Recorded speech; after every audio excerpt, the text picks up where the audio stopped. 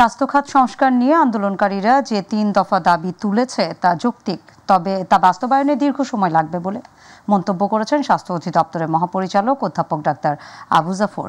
দুপুরে Barishal Sherebangla medical college হাসপাতাল পরিদর্শন এবং কর্মকর্তাদের পাশাপাশি সেবা গ্রহীতাদের সাথে মতবিনিময় সভায় তিনি কথা বলেন। তিনি আরও বলেন, সেবার মান বৃদ্ধিতে লোকবল অবকাঠামোগত পরিবর্তনের সময় লাগবে। অপরদিকে বরিশাল শেরেবাংলা মেডিকেল স্বাস্থ্য পরিষেবা বৃদ্ধির পাশাপাশি স্বাস্থ্য খাতে সংস্কার আন্দোলনকারীরা আজ ১৭ দিন পার করছে। অন্যদিকে অনশনে রয়েছে শেরেবাংলা মেডিকেলের প্রধান ফটকের সামনে শিক্ষার্থীরা। এই সময় তাদেরকে অনশন ভাঙানোর চেষ্টা করা হলেও স্বাস্থ্য অধিদপ্তরের মহাপরিচালক সহ অন্যান্যদের অনুরোধ রাখেননি তারা। বাংলা মেডিকেল হাসপাতাল বরিশালের ভিতরে একটি বড় হাসপাতাল, যেখানে বরিশাল বিভাগের সকলে চিকিৎসা নিতে আসে, কিন্তু আজকে এই সেবা সংস্কার করার জন্য আমরা আন্দোলনে নেমেছি। ইনশাআল্লাহ যদি আমাদের দাবি আদায় না করে তাহলে আমাদের ব্লকেট চলবে।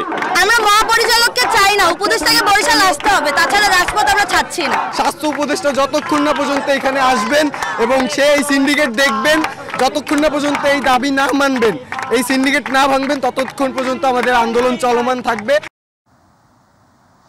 স্থায়ী ক্যাম্পাসের দাবিতে সিরাজগঞ্জের উল্লাপাড়ার রেলপথ অবরোধ করেছে রবীন্দ্র বিশ্ববিদ্যালয়ের শিক্ষার্থীরা। এতে ঢাকা উত্তর পশ্চিমাঞ্চলে ট্রেন চলাচল বন্ধ রয়েছে। সকাল ৯টার দিকে রেলপথ অবরোধ করে তারা। বিষয়টি নিশ্চিত করেছেন উল্লাপাড়ার রেলওয়ে স্টেশনের স্টেশন মাস্টার মাসুম আলী। তিনি বলেন, সকাল ৯টার দিকে শিক্ষার্থীরা উল্লাপাড়া স্টেশনের পাশে রেলপথ অবরোধ করে। এতে আপাতত রেল চলাচল বন্ধ রয়েছে।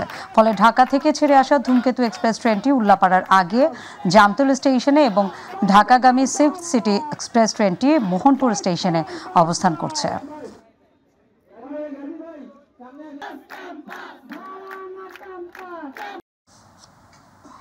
উজান থেকে নেমে আসা পাহাড়ি ঢল এবং কয়েকদিনে ভারী বৃষ্টিপাতে তিস্তা নদীর পানি ডালিয়া পয়েন্টে বিপদসীমার উপর দিয়ে প্রবাহিত হচ্ছে। ভোর ৬টার দিকে এই পয়েন্টে পানির সমতল রেকর্ড করা হয়েছে ৫২.২২ মিটার, যা বিপদসীমার ৭ সেন্টিমিটার উপরে। ডালিয়া ডিভিশনের উপ সহকারী প্রকৌশলী তহিদুল ইসলাম জানান, উজানের ভারী বর্ষণ এবং পাহাড়ি ঢলের কারণে তিস্তার পানি বাড়ছে। নিম্নাঞ্চল এবং চরগ্রামগুলো ইতোমধ্যেই তলিয়ে গেছে। আশঙ্কা করা হচ্ছে সন্ধ্যার মধ্যে পানি আরও বাড়তে পারে। তিনি জানান, বন্যার পানি নিয়ন্ত্রণে তিস্তা ব্যারেজে ৪৪টি স্লুইস গেট খুলে দেওয়া হয়েছে। এদিকে তিস্তার পানি বৃদ্ধির ফলে নীলফামারীর ডিমলা উপজেলার পূর্ব ছাতনাই, খগাখড়িবাড়ি, টেপাখড়িবাড়ি সহ বিভিন্ন ইউনিয়নের নিম্নাঞ্চলে পানি ঢুকে পড়েছে। এসব এলাকায় প্রায় ৫,০০০ পরিবার পানিবন্দী হয়ে পড়েছে।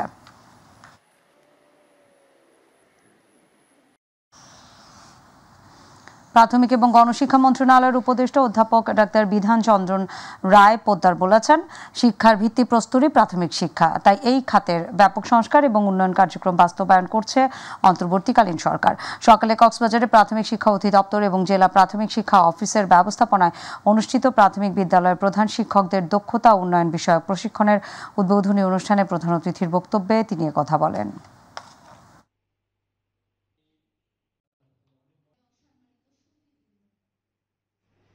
একটা কাজ করে আপনি আনন্দিত হতে পারেন, একটা কাজ করে আপনি দুঃখিত হতে পারেন, একই কাজ। আমরা বাচ্চাদের যে বিষয়ে শিক্ষিত করতে চাই, আমরা সেটি হচ্ছে আমাদের ব্র্যান্ড। আমরা আমাদের প্রাথমিক শিক্ষার্থীদের স্বাক্ষর করে গড়ে তুলতে চাই, যেন তারা ভবিষ্যতে তাদের মতো করে বিকশিত লাভ করতে পারে। এটাকে আমরা ব্র্যান্ডিং করবো। আমরা অন্যদের মতো হওয়ার চেষ্টা করবো, আমরা আমাদের মতো। চট্টগ্রাম নগরী সৌন্দর্য রক্ষায় যত্রতত্র ব্যানার এবং পোস্টার লাগানো বন্ধে অভিযান চালিয়েছে চট্টগ্রাম সিটি কর্পোরেশন। আজ চকবাজারের গুলজার সিনেমা হলের সামনে অবৈধ ব্যানার এবং পোস্টার অপসারণ কার্যক্রম তদারকি করেন city mayor doctor Shahadat Hossain.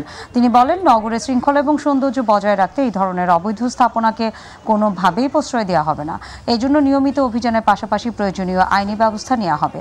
এ সময় মেয়রের APS মারুফুল হক চৌধুরী, জিয়া সহ সিটি কর্পোরেশনের সংশ্লিষ্ট কর্মকর্তা তারা উপস্থিত ছিলেন।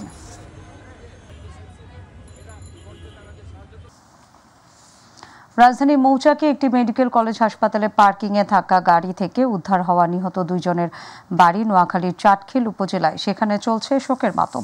নিহতদের মধ্যে গাড়ি চালক জাকির হোসেন চাটখিল উপজেলার খিলপাড়া ইউনিয়নের বাসিন্দা, অপরজন তার সহযোগী মিজান। তিনিও একই উপজেলার রামনারায়ণপুর ইউনিয়নের ৯ নম্বর ওয়ার্ডের মৃত আব্দুল হাফিজের ছেলে। ৩ বোন এবং 2 ভাইয়ের মধ্যে সবার বড় মিজান একসময় ড্রেজার, পানির মেশিন চালিয়ে এবং মাছ চাষ করে জীবিকা নির্বাহ করত। গত কয়েক মাস থেকে সে ড্রাইভার জাকিরের সঙ্গে থেকে গাড়ি চালানো শিখছিল। মাদারীপুরে ভ্রাম্যমাণ দোকানে ব্যবহৃত ময়লা আবর্জনা শকুনি লেকের পানি নোংরা হচ্ছে এমন খবর প্রচারের পর নড়ে চড়ে বসে প্রশাসন। পরে লেকের চারপাশে বসা ভ্রাম্যমাণ দোকানপাট উচ্ছেদ করে মাদারীপুর পৌরসভা। দিনব্যাপী লেকের চারপাশ পরিষ্কার করে ভ্রাম্যমাণ খাবার দোকানের মালিক কর্মচারীরা 1.25 কিলোমিটার আয়তনের লেকের মধ্যে থাকা ময়লা আবর্জনা অপসারণ করেন তারা। এই সময় ভ্রাম্যমাণ দোকানিরা লেকের পানি নষ্ট না করার প্রতিশ্রুতি দেন। পাশাপাশি শকুনি লেকের চারদিকে রাখা ডাস্টবিনে ময়লা আবর্জনা ফেলার জন্য দর্শনার্থীদের উদ্বুদ্ধ করার কথাও জানান তারা। রাজশাহীর মোহনপুরের দেশ কোল্ড স্টোরেজে সংঘবদ্ধ ডাকাতির ঘটনায় 2 জনকে গ্রেফতার করেছে সিআইডি। মঙ্গলবার সন্ধ্যায় ঢাকার আশুলিয়া এবং গাজীপুরের কোনাবাড়ি থেকে ডাকাত দলের সদস্য সাজেদুল শেখ এবং রুবেলকে গ্রেফতার করে। দুপুরে রাজশাহী নগরীর উপশহরে সিআইডি কার্যালয়ে এ নিয়ে অনুষ্ঠিত সংবাদ সম্মেলনে police super am Humayun Kabir জানান, গত 7 আগস্ট রাজশাহীর মোহনপুরের দেশ কোল্ড স্টোরেজে শ্রমিকদের হাত পা বেঁধে 66 লাখ টাকার বৈদ্যুতিক সরঞ্জামাদি, তার এবং নগদ প্রায় 3.5 লাখ টাকা ডাকাতির ঘটনা ঘটে। এই ঘটনায় মামলা দায়েরের পর সিআইডি তদন্ত শুরু করে। প্রযুক্তির সহায়তায় 2 জনকে গ্রেফতার করে চুরির কাজে ব্যবহৃত মালামাল উদ্ধার করে।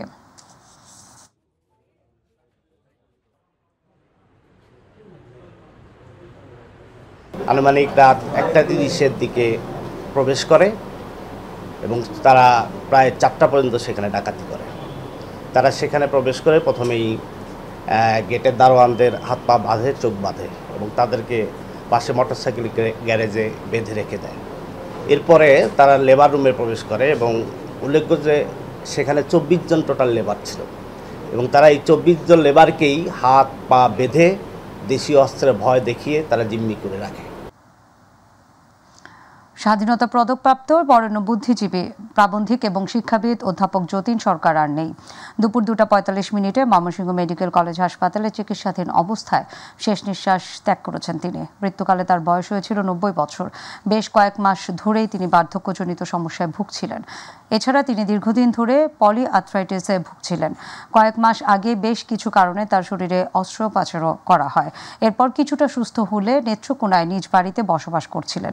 যতীন সরকার 1936 সালের 18 আগস্ট নেত্রকোনার কেন্দুয়ার চন্দপাড়া গ্রামে জন্মগ্রহণ করেন। ময়মনসিংহের নাসিরাবাদ কলেজের বাংলা বিভাগের সাবেক এই শিক্ষক সুদীর্ঘকাল ধরে মননশীল সাহিত্য চর্চা, বাম রাজনীতি এবং প্রগতিশীল আন্দোলনের সঙ্গে জড়িত ছিলেন।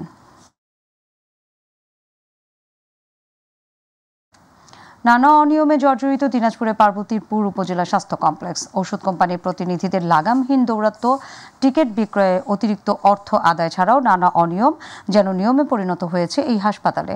এদিকে তদন্ত সাপেক্ষে প্রয়োজনীয় ব্যবস্থা নেওয়ার কথা জানিয়েছেন কর্তৃপক্ষ। প্রতিনিধি আব্দুল্লাহ আল মামুনের প্রতিবেদন। দিনাজপুরের পার্বতীপুর উপজেলাবাসীর স্বাস্থ্যসেবা নিশ্চিতের লক্ষ্যে 1960 সালে নির্মিত হয় পার্বতীপুর উপজেলা স্বাস্থ্য কমপ্লেক্স।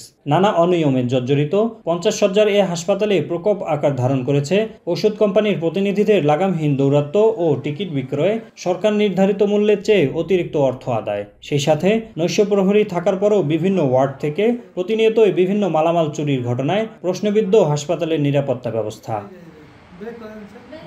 খাতা কলমে নৈশ প্রহরী হলেও দায়িত্বে অবহেলার কারণে প্রতিনিয়তই ঘটছে চুরির মতো ঘটনা। অন্যদিকে টিকিটের নির্ধারিত মূল্যের চেয়ে অতিরিক্ত টাকা নেওয়ার অভিযোগ সেবা গ্রহীতাদের।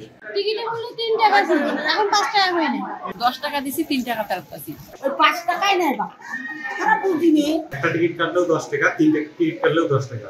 নৈশ প্রহরী থাকার পরও চুরির পাশাপাশি টিকিট বিক্রয়ে বাড়তি টাকা নেওয়ার কারণ জানতে চাইলে বিষয়টি অস্বীকার করেন অভিযুক্ত নৈশ প্রহরী। আমি কখনোই বেশি চাই না, নেই না। মূল্য 3 টাকা, টিকিট মূল্য 3 টাকা, 3 টাকায় দিচ্ছি।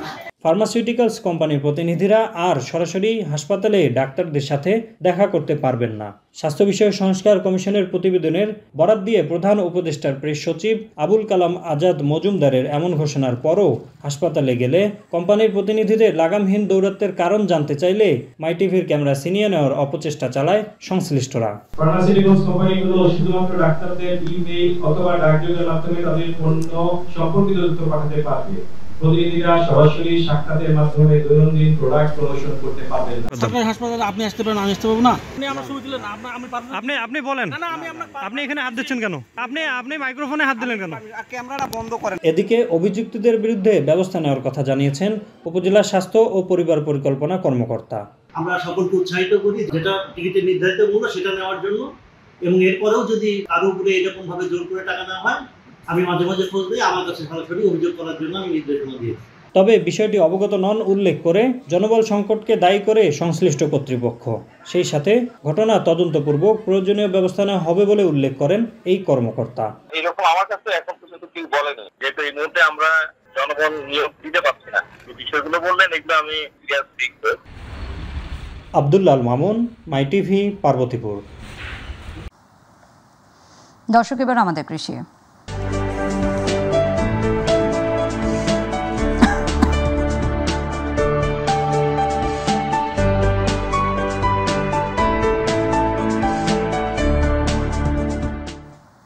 ফরিদপুরে ভাঙ্গায় শিক্ষার্থীদের মাঝে বৃক্ষরোপণ এবং বিতরণ কর্মসূচি পালন করা হয়েছে।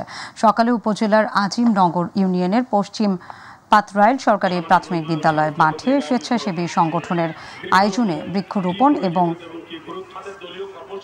শিক্ষার্থীদের মাঝে ফলজ বৃক্ষ বিতরণ করা হয়।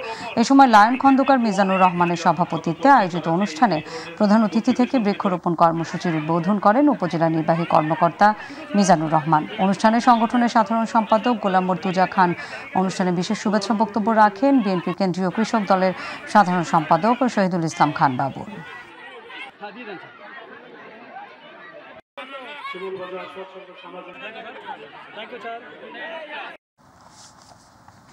আবহাওয়া অনুকূলে থাকায় চলতি মৌসুমে টাঙ্গাইলে আখের বাম্পার ফলন হয়েছে। দাম ভালো পাওয়ায় লাভবান হচ্ছেন কৃষকরা এখন ব্যস্ত আখ কাটা এবং বিক্রিতে। আখ চাষে কৃষকদের প্রয়োজনীয় সহায়তা দিচ্ছে কৃষি বিভাগ। প্রতিনিধি আনিস খানের তথ্য এবং ছবিতে বিস্তারিত জানাচ্ছেন ইলিয়াস মাতবর। যতদূর চোখ যায় মাঠ জুড়ে শুধু আখ আর আখ। অনুকূল আবহাওয়া এবং রোগবালাই ও পোকামাকড়ের আক্রমণ না থাকায় টাঙ্গাইল জেলায় চলতি মৌসুমে আখের বাম্পার ফলন হয়েছে। আখের দাম ভালো পাওয়ায় লাভবান হচ্ছেন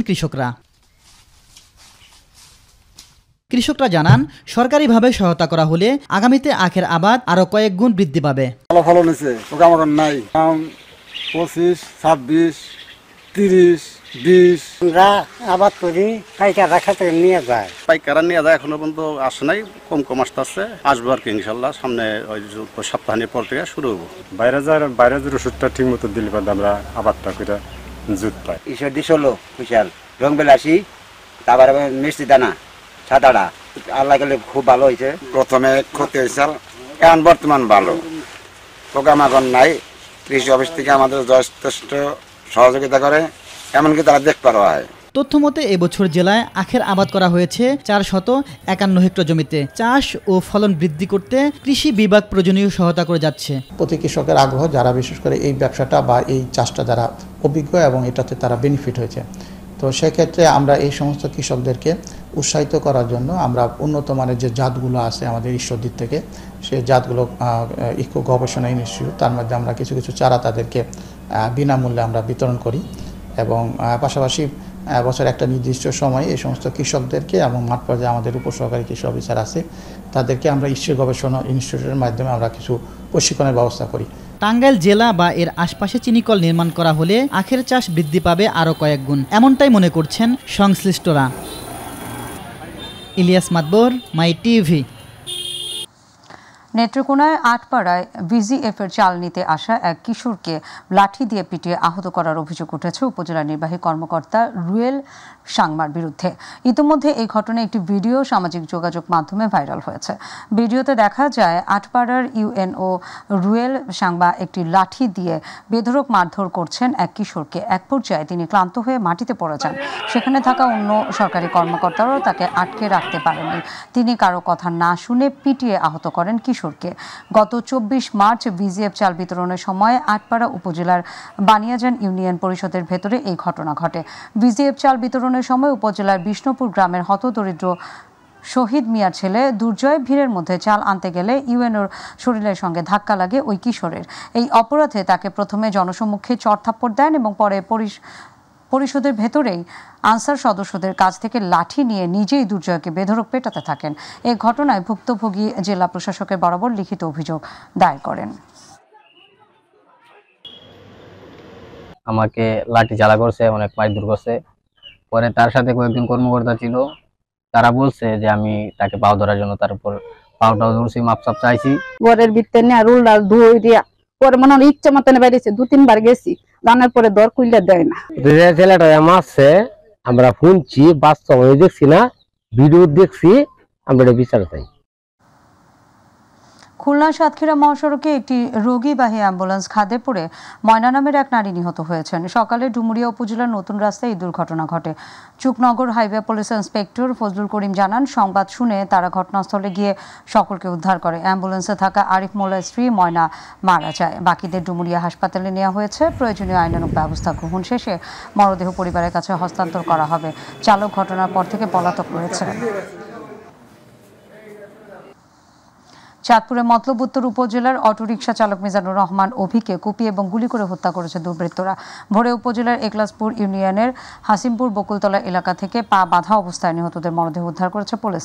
ঘটনাস্থল পরিদর্শন করেছেন Chandpur police super Mohammad Abdul Rakib, senior সহকারী পুলিশ সুপার মতলব সার্কেল খায়রুল কবির, ওসি রবিউল হক।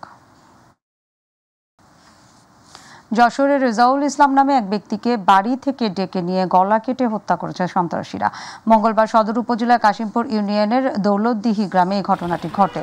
পুলিশ এবং স্থানীয়রা জানায়, সন্ত্রাসীরা রাতে মোবাইলে কল করে রেজাউলকে বাড়ি থেকে ডেকে নেয়। পরে বাড়ির পাশেই রেজাউলকে তারা গলা কেটে হত্যা করে। পুলিশ ঘটনাস্থলে পৌঁছে মরদেহ উদ্ধার করে যশোর জেলা হাসপাতালের মর্গে পাঠায়। নারায়ণগঞ্জের বন্দরে পরিত্যক্ত একটি গোডাউন থেকে লুণ্ঠিত 4.5 টন রড সহ 3 ডাকাতকে গ্রেফতার করেছে পুলিশ। মঙ্গলবার বন্দর উপজেলার ধামগড় মনারবাড়ি এলাকায় অভিযান চালিয়ে এদেরকে গ্রেফতার করা হয়। গ্রেফতারকৃতরা হলো ফারুক লিয়াকত হোসেন ওরফে সলিমুল্লাহ এবং গোডাউন ম্যানেজার সাদ্দাম। এই ব্যাপারে বন্দর থানায় মামলা দায়েরের প্রস্তুতি চলছে।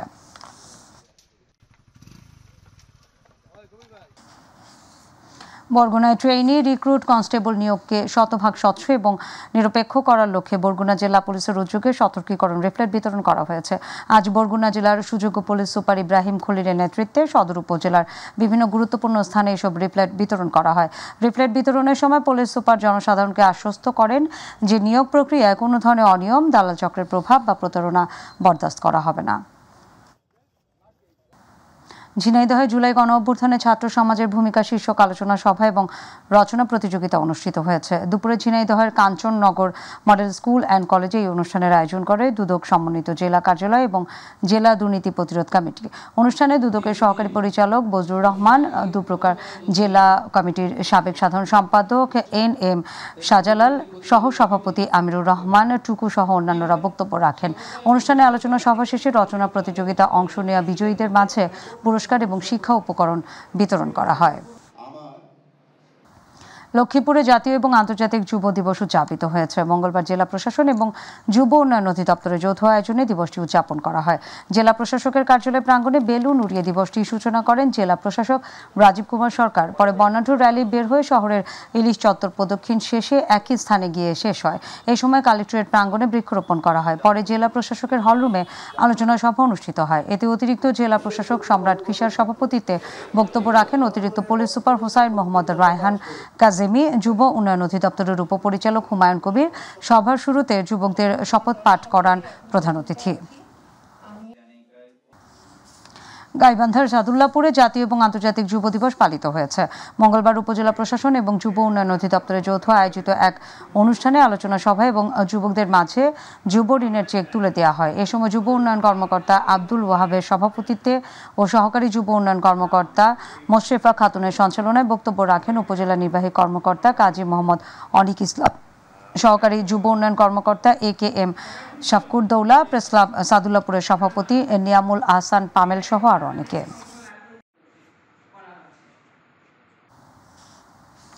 ঝালকাঠির নলছিটিতে পালিত হলো জাতীয় এবং আন্তর্জাতিক যুব দিবস।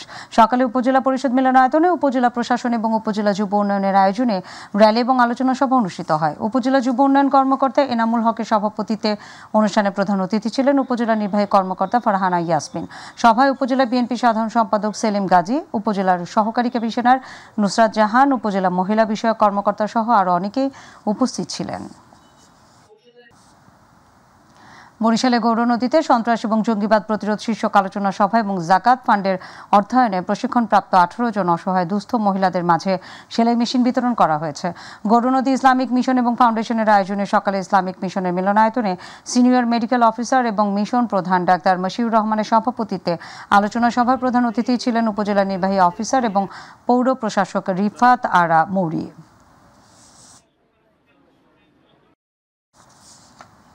নির্বাচন কমিশন কর্তৃক সদ্য ঘোষিত সংসদীয় আসনে খসড়া পুনর্বিন্যাসে সাভারের বিরুলিয়া ইউনিয়নকে ঢাকা 19 থেকে ঢাকা 2-এ অন্তর্ভুক্ত করার প্রতিবাদ এবং বিরুলিয়া ইউনিয়নকে ঢাকা 19-এ পুনর্বহাল রাখার দাবিতে মানববন্ধন করেছে এলাকাবাসী। সকালে সাভারের বিরুলিয়া ব্রিজ এলাকায় এই মানববন্ধন কর্মসূচি পালন করেন বিক্ষুব্ধ এলাকাবাসী। মানববন্ধনে উপস্থিত বিভিন্ন রাজনৈতিক দলের নেতৃবৃন্দ সাংবাদিকদের জানান, সাভারের বিরুলিয়া এবং বনগাঁও ইউনিয়ন ঢাকা 2 আসনের অন্তর্ভুক্ত করলে প্রায় 7 লাখের বেশি জনগণের জনদুর্ভোগ বাড়বে।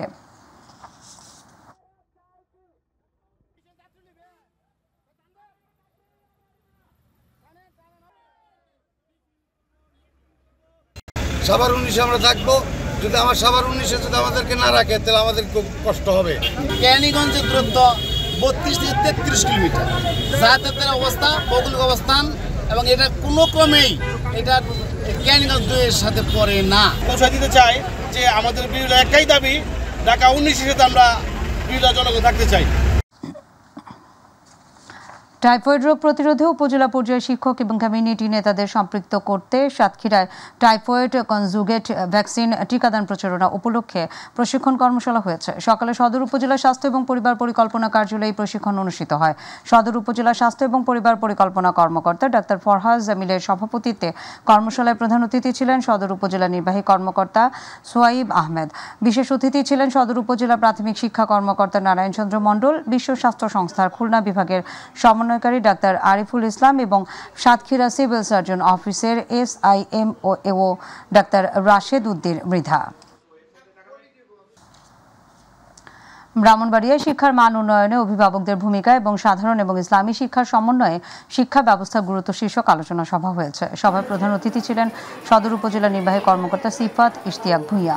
ইনস্টিটিউটের প্রতিষ্ঠাতা চেয়ারম্যান অ্যাডভোকেট ইসলাম উদ্দিন দুলালের সভাপতিত্বে বিশেষ অতিথি ছিলেন ব্রাহ্মণবাড়িয়া প্রেস ক্লাবের সাধারণ সম্পাদক বাহারুল ইসলাম মোল্লা, অ্যাডভোকেট সৈয়দ মুস্তাফিজুর রহমান নোমান, ইনস্টিটিউটের প্রশাসক অধ্যক্ষ শামসুজ্জামান আশরাফি সহ আরও অনেকে।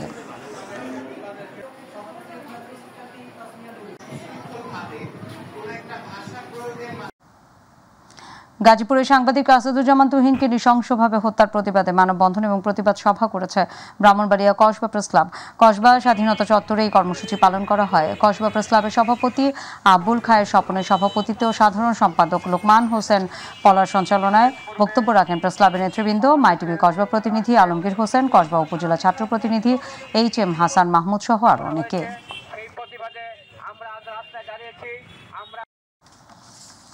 গাজীপুরের সাংবাদিক আসাদুজ্জামান তুহিনকে কুপিয়ে হত্যার প্রতিবাদ এবং দোষীদের বিচার দাবিতে নাটোরের সিংড়া উপজেলার সাংবাদিকরা মানববন্ধন এবং প্রতিবাদ সভা করেছে। সিংড়া মডেল প্রেস ক্লাবের আয়োজনে সাংবাদিক রবিন খানের সঞ্চালনায় এই মানববন্ধন ও প্রতিবাদ সভা অনুষ্ঠিত হয়। এতে উপজেলা কর্মরত ইলেকট্রনিক এবং প্রিন্ট মিডিয়ার সাংবাদিকরা অংশ নেন। বক্তব্য রাখেন সিংড়া মডেল প্রেস ক্লাবের সভাপতি SM রাজু আহমেদ, সাধারণ সম্পাদক জুলহাস কায়েম সহ সভাপতি সুজিত সাহা।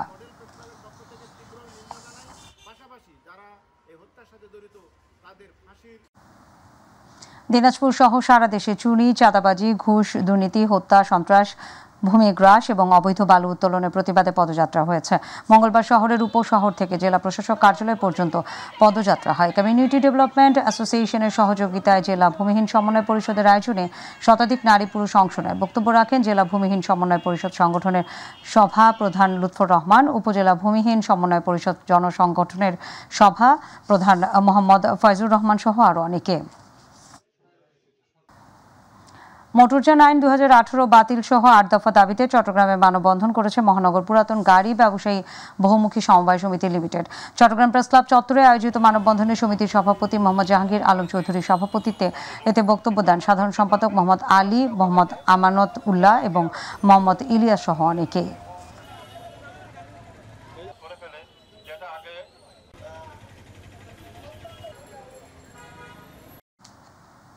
চট্টগ্রামে সালাউদ্দিন নামে এক যুবদল নেতার বিরুদ্ধে দায়ের হওয়া হত্যা মামলার প্রতিবাদে মানববন্ধন হয়েছে। নগরীর খুলশী এলাকায় ছাত্র সমাজ এবং সর্বস্তরের জনগণের ব্যানারে মানববন্ধন হয়। স্থানীয় ছাত্র সমাজ এবং বিভিন্ন শ্রেণী পেশার মানুষ এতে অংশ নেয়। মানববন্ধনে বক্তব্য রাখেন চট্টগ্রাম মহানগর জিয়া মঞ্চের আহ্বায়ক জহিরুল ইসলাম জীবন এবং আবুল কালাম সহ অন্যান্যরা।